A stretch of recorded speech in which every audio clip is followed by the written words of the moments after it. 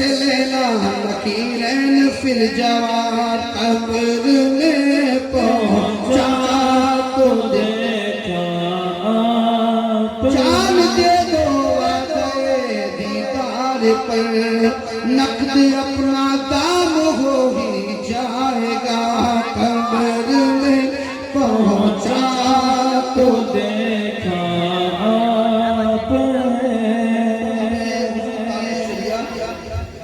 پہلا مصرع فارسی میں لکھ رہے ہیں. کیا کہتے ہیں حضور تاج الشریف؟ علماء کرام کی توجہ چاہوں گا. بردر یعنی آپ کے در پہ آمد گدا بہرے سوال، یعنی یہ گدا آپ کے در پہ سوال کے لیے آیا ہے. یہ بھی ایک اپنے خاندان کی خیرات ہے. اللہ حضرت کہتے ہیں میں گدا تو بادشاہ بردے پیالہ نور کا نور دن دونا تیرا ریدان سبحان اللہ. بردر دامد گدا بہرے سوال ہو بلا اختر گدا آپ ہیں ہو بلا اختر گدا آپ ہیں مصطفیٰ ذات اقدا آپ ہیں یقین جس کو یقین بنا آپ ہیں.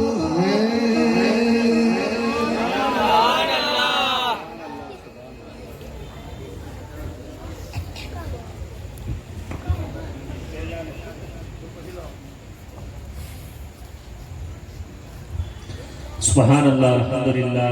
یہ تھے ہمارے جامع مسجد کے پیش امام مولانا علی محمد صاحب بہترین انداز میں نعت مقبول صلی اللہ علیہ وسلم سنا رہے تھے. آئیے بلا تاخیر اتراکھنڈ سے آئے ہوئے ہمارے خصوصی مہمان علامہ مولانا ہاشمی نوری صاحب کی گل پوشی کے لیے میں مولانا عبدالرشید صاحب کو اجازت دوں گا وہ آئے اور حضرت کی گل پوشی کرے. نعرے تکبیر، نعرے رسالت، جشن عید میلاد النبی، سرکار کی آمد.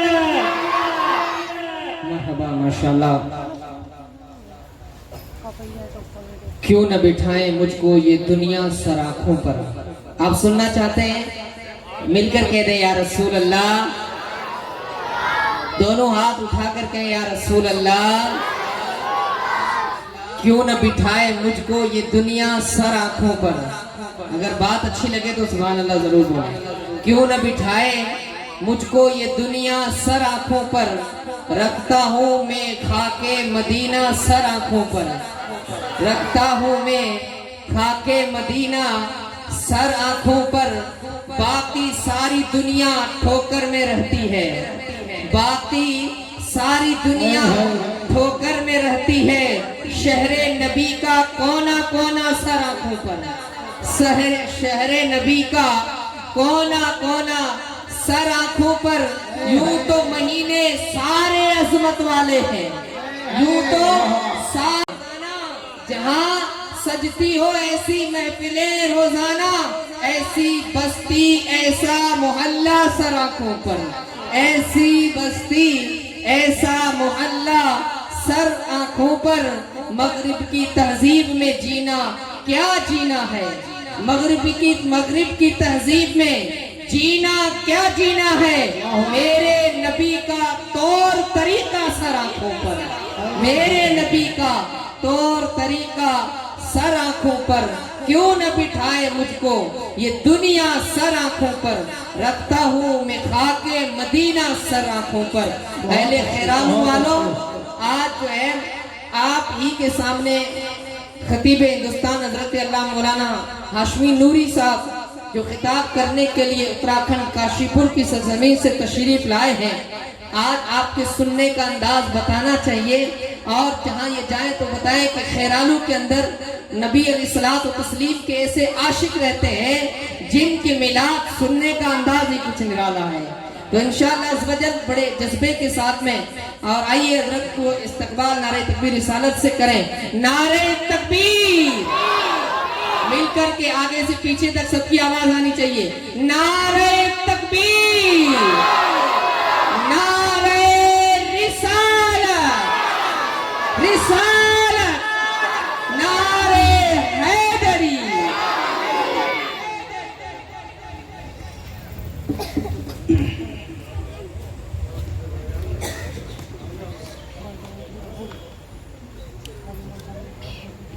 ممبر شریف پر جلوہ افروز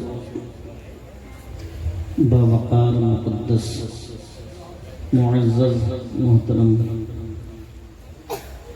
علماء کرام، مشائخ اعظام،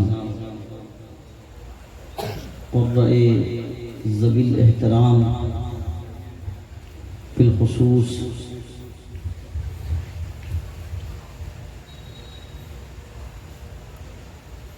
حضرت علامہ مولانا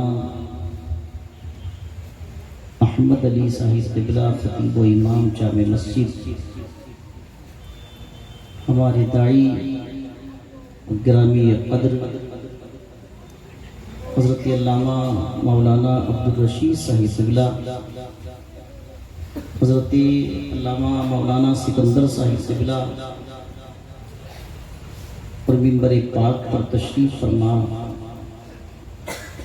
جملہ ہمارے علماء کرام جن کے میں ناموں سے ابھی واقف نہیں، دور و نزدیک بیٹھ کر کے محبتوں کے ساتھ اللہ اس کے رسول کے ذکر کو سننے والی عوام و دیگر سامعین و سامعات، السلام علیکم ورحمۃ اللہ تعالی وبرکاتہ.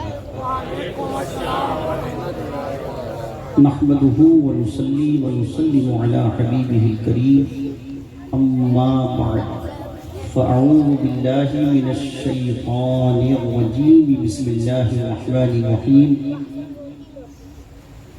تلك الرسل فضلنا بعضهم على بعض، منهم من كلم الله ورفع بعضهم درجات. آمنت بالله صدق الله مولانا العظيم وبلغنا رسوله النبي الأمين الكريم، ونحن على ذلك لمن الشاهدين والشاكرين والحمد لله رب العالمين. بگرداب بلا افتاد کشتی، ضعیف دل شکستہ رات و کشتی، بحق خواجہ عثمان ہارون مدد کن یا معین الدین چشتی. امداد کن از رنج و غم آزاد کن، در دین و دنیا شاد کن یا غوث اعظم دستگیر. لی خمسۃ اخفی بها حر الوباء الحاطمہ، المصطفیٰ والمرتضیٰ وابناہما والفاطمہ. بکار خویش حیرانم اغثنی یا رسول اللہ، پریشانم پریشانم اغثنی یا رسول اللہ. نہ دارم جست ملجائے، نہ دانم جست ماوائے، تو ای خود سازو سامانم اغثنی یا رسول اللہ. شہاب کس نوازی کن، طبیبہ چارہ سازی کن، مریض درد عصیانم اغثنی یا رسول اللہ. رضایت سائل بے پر، تو ای سلطان لا تنہر، شہا بحر علی خانم اغثنی یا رسول اللہ. عقیدت و محبت کے ساتھ پورا مجمع دل لگا کر کے نبی اور آل نبی کی بارگاہ میں بآواز بلند درود شریف کا نذرانہ بانداز غلامانہ پیش کرنے کی سعادت حاصل کیجئے. جس کو جتنی محبت اپنے پیغمبر سے ہے اتنی ہی آواز میں درود شریف پڑھ کے سنائے. پڑھیے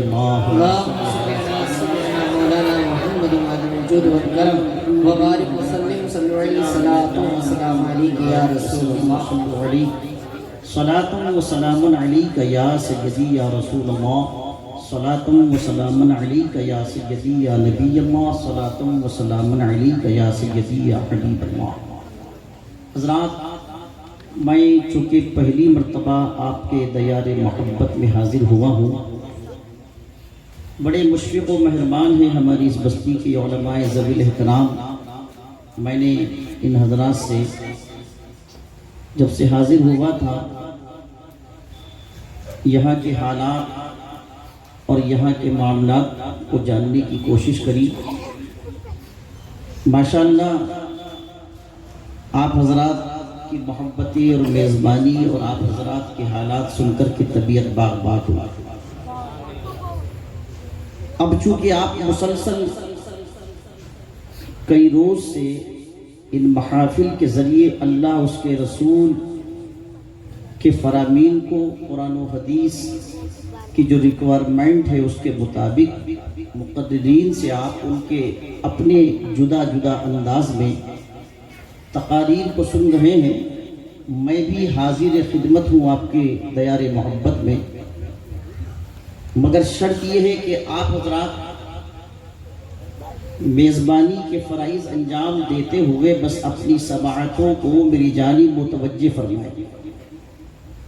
علماء کرام میری پشت پناہی فرمائیں گے اور آپ نیچے سے توجہ کریں گے تو انشاءاللہ ہم اپنے وقت مقررہ پر اپنے موضوع کی پابندی کرتے ہوئے منزل مقصود تک پہنچ جائیں گے.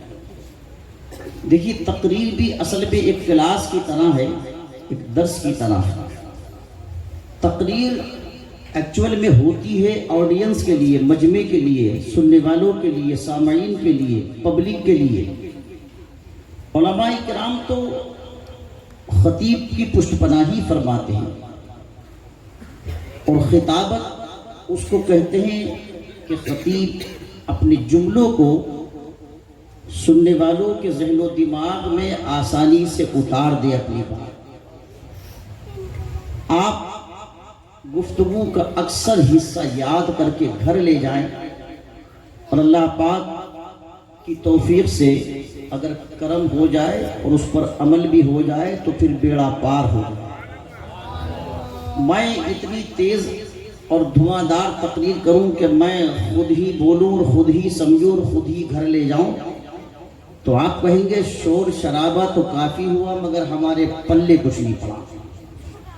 میں تھوڑا سا عام روش سے ہٹ کر کے بولتا ہوں اور میرا مزاج یہ ہے کہ آپ بڑا قیمتی وقت نکال کے اتنی بڑی تعداد میں تشریف لائے ہیں تو آپ کا ایک ایک منٹ کامیاب کرنا یہ میری رسپانسبلٹی اور میری ذمہ داری ہے.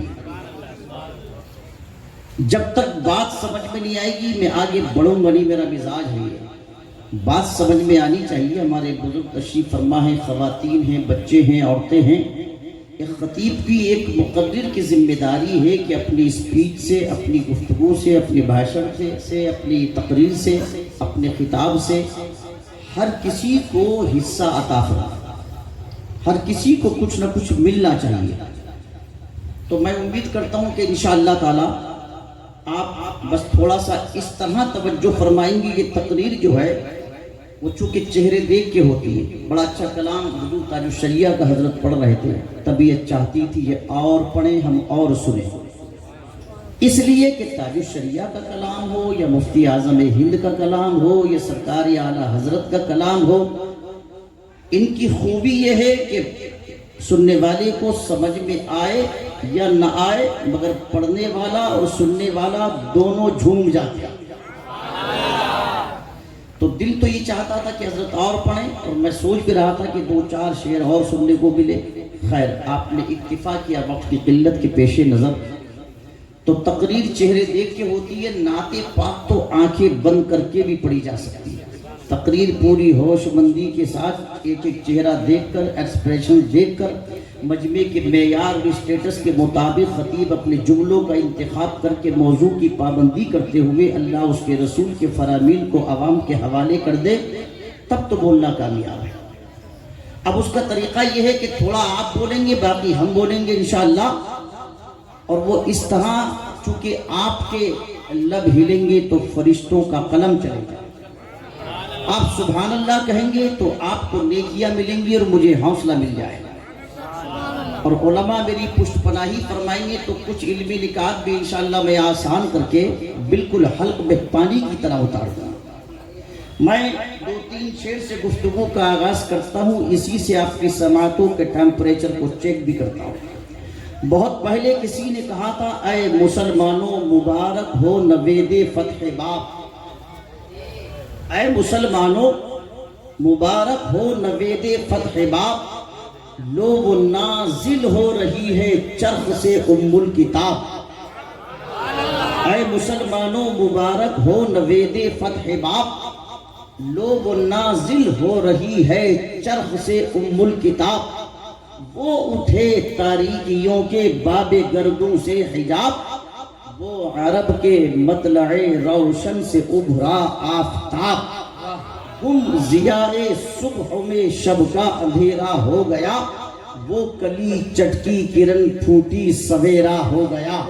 اور آ گیا جس کا نہیں ہے کوئی ثانی وہ رسول، روح فطرت پر ہے جس کی حکمرانی وہ رسول، جس کا ہر تیور ہے حکم آسمانی وہ رسول، موت کو جس نے بنایا زندگانی وہ رسول۔ محفل صفا کی وحشت کو برہم کر دیا، جس نے خون آشام تلواروں کو مرہم کر دیا۔ واہ کیا کہنا تیرا اے آخری پیغامبر، حشر تک روشن رہے گی تیرے جلووں کی سحر، تو نے ثابت کر دیا اے ہادی نوع بشر۔ مرد یوں مہرے لگاتے ہیں جبیلے وقت پر، کروٹیں دنیا کی تیرا قصر ڈھا سکتی نہیں، اور آندھیاں تیرے چراغوں کو بجھا سکتی نہیں۔ کروٹیں دنیا کی تیرا قصر ڈھا سکتی نہیں، آندھیاں تیرے چراغوں کو بجھا سکتی نہیں۔ حضرات مسلمان کا سب سے بڑا سرمایہ عشق رسول ہے۔ ایک ایک جملے پر میں آپ کی ہوں ہاں تھوڑی توجہ تھوڑا سا آپ بولیں گے تو انشاءاللہ میں جلدی سے اپنے موڈ میں آؤں گا۔ سنیں، مسلمان کا سب سے بڑا سرمایہ بولیے کیا ہے؟ عشق رسول۔ سب سے بڑی دولت کیا ہے؟ عشق رسول۔ میری زبان اس وقت تک کوئی اہمیت نہیں رکھتی جب تک کہ میں اپنے دعوے پر قرآن و حدیث کے دلائل کی مہر نہ لگا دوں۔ چیخنے چلانے سے جملہ باوزن نہیں ہوتا، بلکہ جملے میں خود میں وزن ہونا چاہیے، اور جملے میں وزن پیدا ہوتا ہے قرآن و حدیث کے دلائل سے۔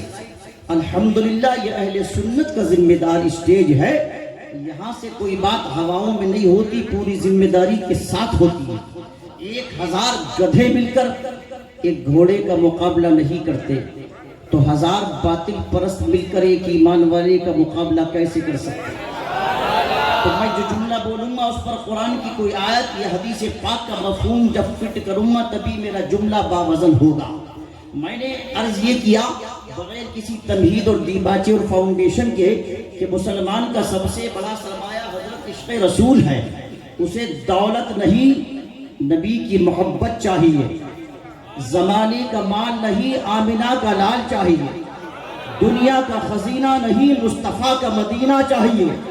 سنی مسلمان کو اپنی تعداد پر نہیں، شہنشاہ بغداد پر ناز ہے۔ اسے گوالیار کا راجہ نہیں، سنجر کا خواجہ چاہیے، دلی کا امیر نواز نہیں، اجمیر کا غریب نواز چاہیے۔ اب یہ تو جذباتی جملے تھے تاکہ آپ کی توجہ میری جانب ہو جائے، اس پر قرآن کی آیت سنیے توجہ کے ساتھ۔ کیوں چاہیے؟ اللہ کا قرآن کہتا لِتُؤْمِنُوا بِاللَّهِ وَرَسُولِهِ وَتُعَزِّرُوهُ وَتُوَقِّرُوهُ وَتُسَبِّحُوهُ بُكْرَةً وَأَصِيلًا۔ اللہ فرماتا ایمان لاؤ اللہ اور اس کے رسول پر۔ تھوڑا سا اہل علم حضرات تشریف فرمائیں، انشاءاللہ میں بہت آسان کر دوں گا علمی بات کو بھی کہ آپ کی سمجھ میں آئے گا۔ سوال پیدا ہوتا ہے ایمان کہتے کس کو ہیں؟ ایمان کی ڈیفینیشن کیا ہے؟ ایمان کی تعریف کیا ہے؟ ایمان کی پریبھاشا کیا ہے؟ لغوی اعتبار سے ایمان کس کو کہتے ہیں؟ اصطلاح شریعت میں ایمان کا کیا مفہوم بنتا ہے؟ قرآن نے تو کہا ایمان لاؤ، یہ مفہوم پیش کر رہا ہوں سمپل۔ اللہ فرماتا ہے ایمان لاؤ کس پر؟ اللہ پر اور اس کے، سب بولیے اللہ پر اور اس کے رسول پر۔ اب ایمان کا لغوی معنی ہے مان لینا۔ کیا معنی ہے؟ مان لینا۔ اب اس کو پھیلاؤں تو اس پر گھنٹوں گفتگو ہو سکتی ہے، مگر اشارہ دے کے آگے بڑھنا ہے۔ ایمان کس کو کہتے ہیں؟ اب بہت غور سے توجہ سے سنیے گا کہ ایمان یاد رکھو جاننے سے نہیں آتا، ایمان حضرت پہچاننے سے بھی نہیں آتا۔ میں اس پر ایک ایک ریفرنس دوں گا صرف وقت بچانے کے لیے۔ ایمان جاننے کو نہیں کہتے، کسی چیز کا جاننا یہ ایمان نہیں ہے۔